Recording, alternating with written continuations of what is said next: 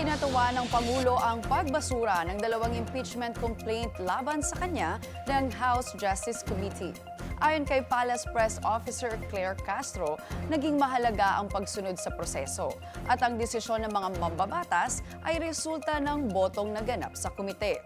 Dagdag pa ni Castro, walang naging pagpupulong sa pagitan ng Malacanang at mga mambabatas para impluwensyahan ng desisyon. At mas mabuti niya na agad nang natuldukan ang usapin upang hindi maapektuhan ng ekonomiya at tiwala ng mga investor. Pero kung sasabihin natin ang nilalaman ng impeachment complaints, sigurado ang Pangulo na wala siyang nilabag na anumang batas o anumang impeachable offense na masasabi. So, natutuwa ang Pangulo at masaya naman na nagkaroon ng proseso, natupad ang proseso, rule of law, naig, ang katotohanan ay lumabas dahil sa pagboto na ito na pabor na mabasura yung mga impeachment complaint.